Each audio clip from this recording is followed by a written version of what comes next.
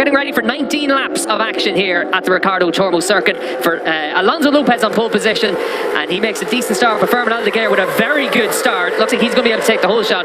You can see the number 3 of Lucas Tulovic trying to make sure he's able to get down the inside as well. Alonso Lopez with a bad start as they shift through the gears down in towards turn 1. Tulovic able to take that second position.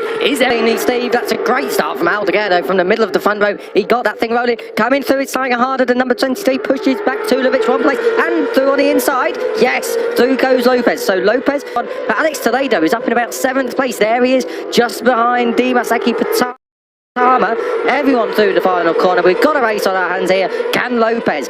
Time Lopez was chasing. Very different race here in the Moto2 class compared to what we've seen so far today in the Moto3 in Europe. He wants to make sure he asserts himself over his teammate. For Aldeguer on the 54, he's now been able just to open up a little bit of breathing room between himself and Taiga Hada, but it is a case of he needs to be mistake free. Kiko, he's ran wide. And I think it is Kubo. Didn't quite get him that time, but don't know if Tulovic has got a problem.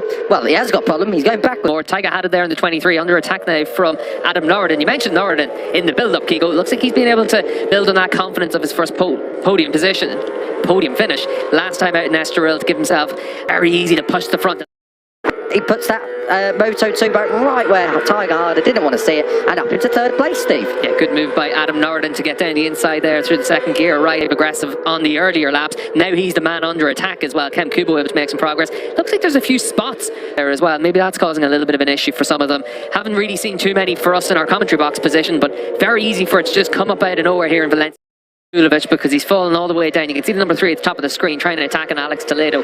He's 3rd position into turn 1. Lost a lot of positions in the opening 3 laps of the race. He's down in about 8th or 9th position and actually running a lot off the pace as well at this stage. He's running about 1.5 seconds slower than his teammate for the last couple of right now. Norridin on the number 7 trying to close down the Boscoscuro bikes. Didn't really expect to see this, Kiko, on the basis of what we saw in the practice sessions and qualifying, but right now for Norridin, he's got his bike working quite well. It's a long race here for the Moto2 bikes though. He's got more experience in Moto3 Grand Prix than the 2 guys ahead of him. Obviously Aldeguer's not there yet, but especially over Alonso Lopez. So Valencia is a track where you do see differences enhanced a bit between different manufacturers, between the Calex and... With Lopez still continuing to lead. His pace is very much the same pace as Adam Norridin. Norridin with the fastest lap last time around. Around Norridin a 36.9.3 and a 36.9.8, only a 37.2 for the race leader Alonso Lopez. So just quite as simply as he made it look earlier on. This is the battle between Tulovic and Lopez. Lopez looks like he's riding that bike. He almost looks like he's overriding. He's really pushed. All you're going to do is you're going to wear your tyres down, and you don't want to do that round here. Yeah, well, you can see there, they just settle down, have a mistake-free race, and see what happens. Fermin Aldeguer just with a quick look over his shoulder. He made last time out. We got a red flag.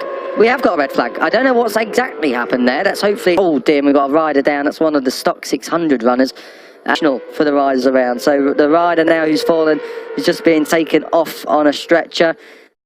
Inside, you got to make sure you're aggressive all the way through. You don't have to think in terms of your tyre life. And we've seen the 54.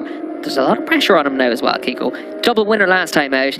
Didn't quite have the pace in the initial start. 9 laps of action now in this restarted Moto2 race. Alonso Lopez on pole position from Fermin Aldeguer. We wait for the 9 laps to start.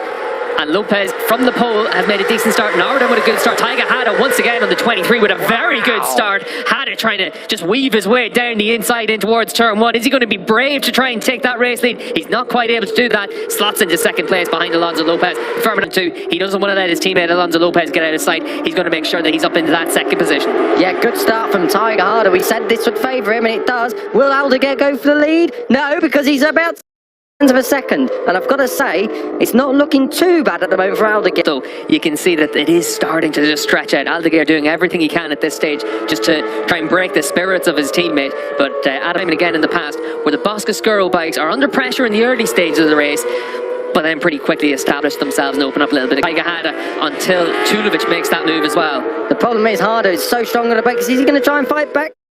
He had a bit of a look, but not at turn 4. At the front of the field, we're seeing now Fermin Aldeguer really turn 1 though. Taiga Hada strong on the brakes into turn 1, able to carry that speed. For Kem Kubo, he's going to just have to try and make the move, just send it down the inside, maybe down in towards turn 2. He's able to do that.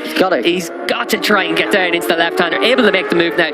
He's got to get his head down now, try and break away from Lopez. You set the pole time, you've set the pace all the way through this weekend. There wasn't much to choose between them. Talent, but now trying to make that next step. This is Lucas Tulovic, and he's been able to just break away a little bit from Ekky Dimas Pertama, but at this point in the race, Tulovic 13 points, but for Norridon, I'd say he's going to be pretty happy to settle for another podium, second podium in a row for him. Yeah, absolutely. The way through the Moto East season, he's going to be strong all the way through the European moto2 championship. Last lap Beat as the well. pole, crashing out there, and he was in about 8th position. So a few riders getting the opportunity to move up, including the likes of Sam Wilford, that's going to pick up an extra point. But for Firmin Aldeguer, he's going to be able to pick up another 25 points. 3 wins out of 3 for Firmin Aldeguer. And in this race, he's been able to walk away from the rest of the field. Alonso Lopez takes 20 points in second position. A third consecutive 1-2 for the Boscascuro team. And a second podium of the season for Adam Norridon. And in the Moto2 class, we've been able to see these riders immediately separate themselves in the early rounds back with any answers for the man that's picked up 25 points in all 3 races. Firmin Aldeguer really has separated himself from the rest of the pack right now, but for Alonso Lopez, he knows that he'll have the chance to answer back next time out in Catalonia. Yeah, and he needs to now. It's starting, you know, he's 15 points down in the championship, not a massive amount.